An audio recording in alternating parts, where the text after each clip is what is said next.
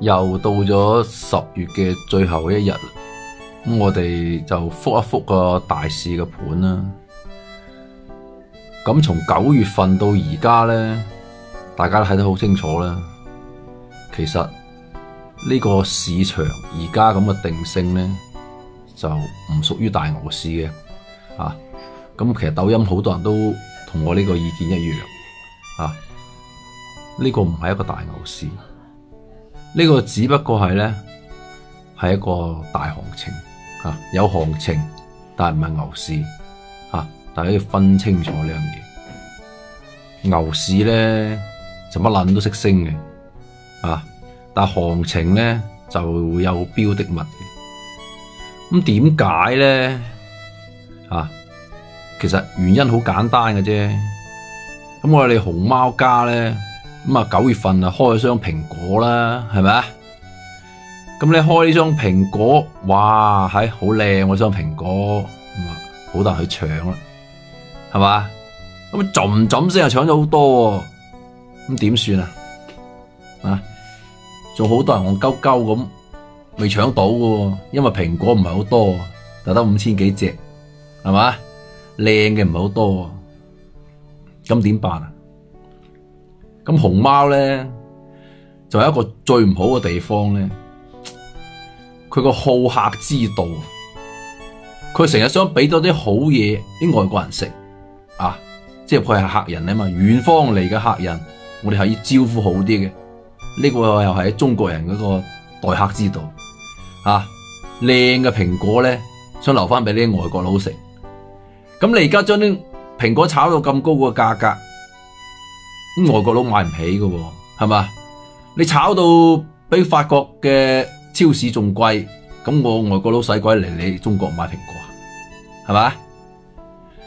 咁國家諗嚟屎橋啦，於是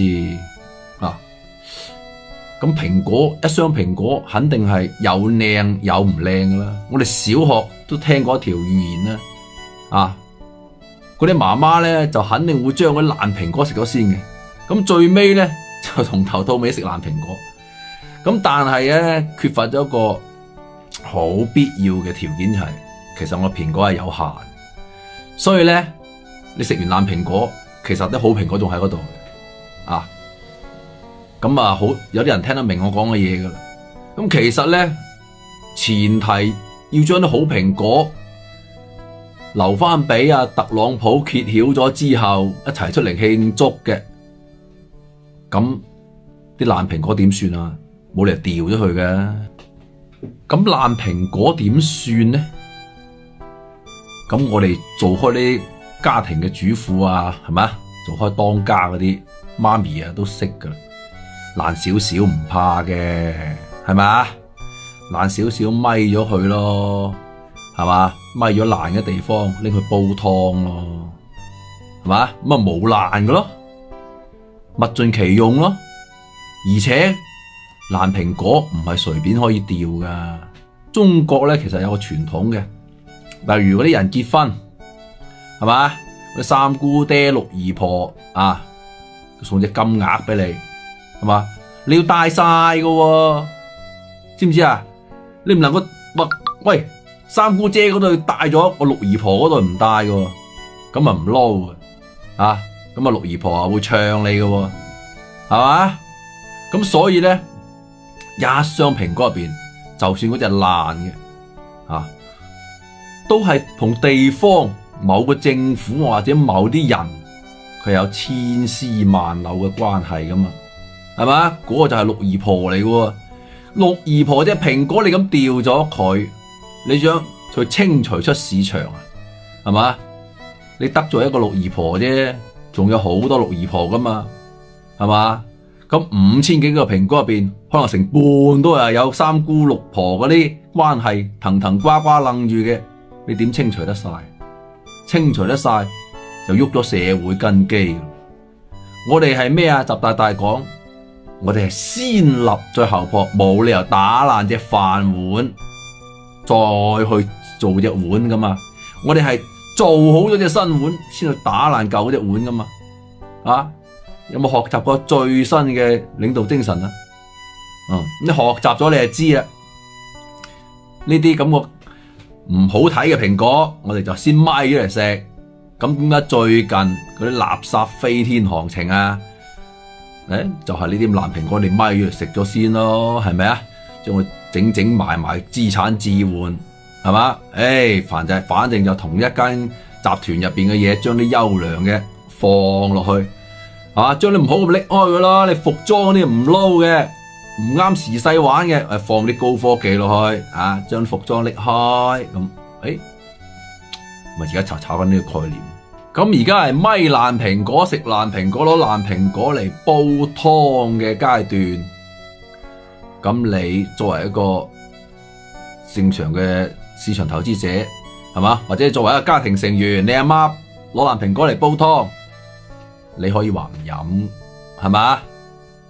冇關係嘅，係嘛？你可以唔飲。你話爛蘋果爛蘋果啦，飲啖先啦，我腸胃好，係咪？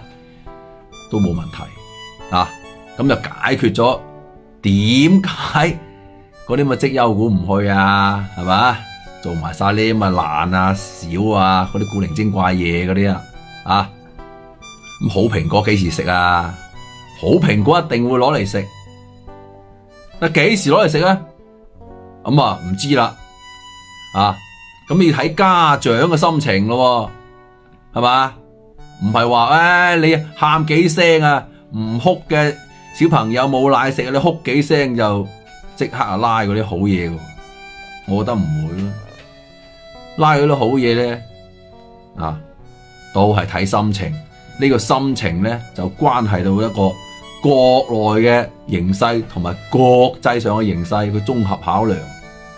咁你都要食到阿川普或者阿哈里斯選咗出嚟，睇邊個出咗嚟之後，佢嘅政策我哋再應付，攞唔攞好蘋果，攞幾多好蘋果出嚟食就係咁啦。咁所以咧，呢碗用爛蘋果煮嘅頭啖湯飯前湯，你飲唔飲悉隨尊便，係咪？就算係後邊都好蘋果，你食落去一樣會有風險，都係可能會屙肚。唔係話食爛蘋果先會屙肚，食嗰啲好蘋果你都可能會食到屙肚喎。本身你風寒濕噶啦，係嘛？你食得多你唔屙肚啊？係咪咁講啊？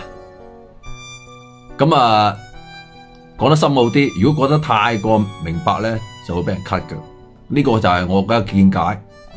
點解唔係一個牛市而家就係一個食爛蘋果行情而家唔係牛市，呢個係我嘅觀點。